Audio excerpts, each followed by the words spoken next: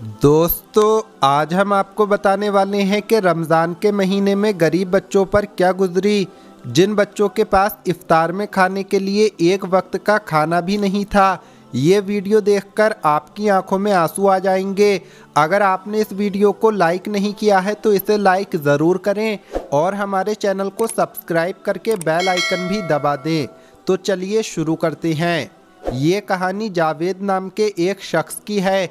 जावेद भाई ने अपने घर में इफ्तार का प्रोग्राम रखा और अपने दोस्तों रिश्तेदारों की दावत की और उन्हें इफ्तार पर बुलाया।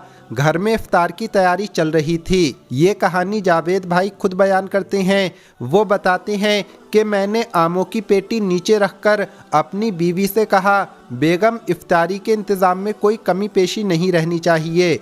बीवी ने कहा, और कितनी बार कहेंगे, क्या पहले कभी कोई कमी पेशी रही है जो इतनी तायद कर रहे हैं? पिछली बार भी सब कुछ इतना अच्छा बना था कि आज भी आपके दोस्त तारीफ ही करते हैं। तो मैंने कहा, हाँ वो तो याद है, आज भी वैसे ही होनी चाहिए। तुम्हें पता है दोस्त अहबाब हैं तो ज़रा तुम्हारी भी इज्जत होगी और मेरी भी। बीवी ने रूह अफ़ज़ा दूध की बोतल में डालते हुए कहा, हाँ हाँ ठीक है, आप फिक्र ना करें, वैसे ही होगी। साथ ही उसने कहा कि चिकन बिरयानी, मटन कढ़ाई, शोरमा, कबाब, जर्दे सब कुछ तैयार हो चुका है। खजूरें भी मंगवा ली हैं, बस फ्रूट काटने बाकी हैं। आप ज़रा मेरी मदद कर देना, टाइम कम बचा है। ये सुनकर जावेद कहता है, मैंने छुरी ली और बीवी के साथ बैठकर फ्रूट काटना शुरू कर दिया। कुछ ही वक्त में इफ्तारी का इंतज़ाम मुकम्मल हो गया। हमने सारा सामान डाइनिंग टेबल पर लगा दिया। इतने में दोस्तों और रिश्तेदारों के आने का सिलसिला भी शुरू हो गया। इफ्तारी के टाइम तक सब पहुंच चुके थे। इफ्तारी का वक्त होते ही सबने इफ्तारी की और खुशी खुशी खाना खाने लगे। इतने में मेरा एक दोस्त जिसका नाम अफजाल है, उसने नबीद का मजाक उड़ाते हुए कहा, अरे नबीद यार, थोड़ा ही खाना, कहीं ऐसा ना हो कि तुम्हें यहाँ से उठाकर ले जाना पड़े। ये सुनकर सब हंस पड़े और हंसी मज़े के साथ साथ लजीज खानों का मज़ा लेने लगे। जब सब लोग खाने से फारिग हो गए तो ये कहते हुए बाहर निकलने लगे, जज़ाकल्लाह, बहुत मज़ा आया। मैं अपने हाथ धोने के लिए बेसन पर गया, जाकर टंकी खोली। इतने में मेरे कान में एक बच्ची की आवाज़ आई। बच्ची कह रही थी, अम्मी अब तो सब लोग तरावीह की नमाज भी पढ़ रहे हैं और हमने अभी तक रोज़ा इफ्तार नहीं किया। सहरी भी सिर्फ पानी से की थी। जावेद कहता है, ये सुनकर मेरी आंखों के आगे अंधेरा छा गया। ये आवाज़ पड़ोसियों के 12 साल की बच्ची की थी। मैं ये जानता था कि दीवार से किसी के घर में बिना इजाज़त झांकना गलत है, लेकिन फिर भी मैं दीवार से उनके घर में झांकने पर मजबूर हो गया। मैंने देखा कि एक बच्ची अपने माँ के सिर पर खड़ी थी और माँ चारपाई पर सिर झुकाए बैठी थी और उससे नज़र नहीं मिला पा रही थी। बाकी बच्चे अपनी बहन का सवाल सुनकर माँ के जवाब का इंतज़ार करने लगे। बच्ची बार बार खाने का मुतालबा कर रही थी। जावेद बताता है, मैं ये देखकर जैसे पत्थर कासा हो गया।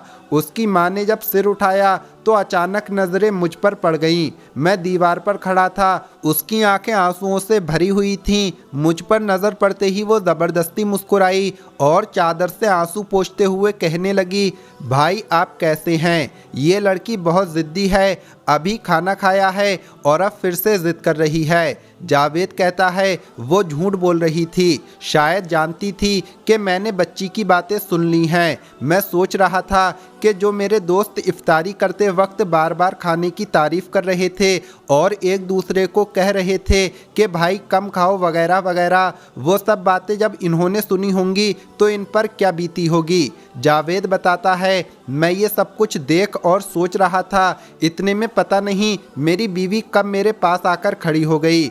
मैंने अपने आप को बड़ी मुश्किल से नॉर्मल किया और बिजली की तेज़ी से बाहर की तरफ लपका तो बीवी कहने लगी, अरे अरे कहाँ जा रहे हैं? क्या हुआ? सब खैरियत तो है ना? आराम से जाएं, आखिर क्या हुआ है? बीवी सवाल पर सवाल कर रही थी और मैं बगैर किसी सवाल का जवाब दिए बाजार की तरफ चला गया। मैंने वहाँ से हर वो चीज़ खरीदी जो मैंने इफ्तारी में खाई थी और उसे लेकर वापस चल दिया। मेरा हर कदम मुझे भारी लग रहा था। उस बच्ची की बातें और उस बेवा औरत के आंसू मैं नहीं भूल पा रहा था। घर पहुंचने में तकरीबन आधा घंटा लगता था। आकर दरवाजे पर दस्तक दी तो उसी बच्ची ने दरवाज़ा खोला। मुझ पर नज़र पड़ते ही उसकी आंखें खुशी से चमक उठीं। वो वापस मुड़ी और शोर मचाने लगी कि देखो जावेद अंकल क्या लाए हैं, देखो जावेद अंकल क्या लाए हैं। सब बच्चे मेरी तरफ लपके और मैंने सारा सामान तले रखकर सबको बारी बारी सीने से लगाया और पेशानियों को बोसा दिया। उनकी माँ ये देखकर बिलक बिलक कर रोने लगी। मैं भी अपने आंसू नहीं रोक पाया। बच्चों का शोर सुनकर मेरी बीवी भी दीवार पर आ गई थी और ये सब देखने लगी। जब मैंने उसकी तरफ देखा तो वो मुझे देखकर मुस्कुराई और अपने आंसू पोंछने लगी। मैंने सामान खोला और बच्चों को साथ में बैठाकर खाना खिलाया। हर निवाले के साथ बच्चे मुझे मुस्कुराकर अजीब निगाहों से मेरी तरफ देखते जा रहे थे।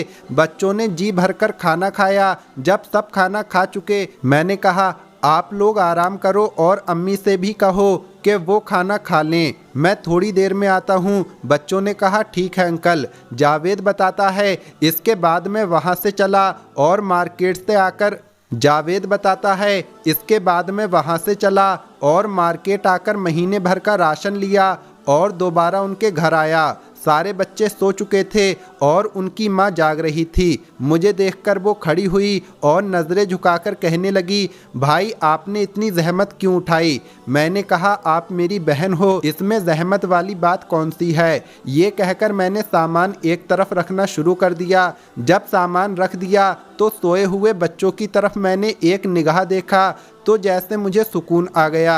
मैंने कहा ठीक है बहन मैं चलता हूँ। ये कहते ही मैं बाहर की तरफ चल दिया। निकलते हुए उस औरत की भरी आवाज़ में मैंने सुना कि भाई अल्लाह आपको किसी का मोहताज ना करे। वो मुझे दुआ देने लगी। मेरे जिस्म में एक सर्द लहर दौड़ गई। मैं बाहर निकला तो उसने दरवाज़ा बंद कर लिया।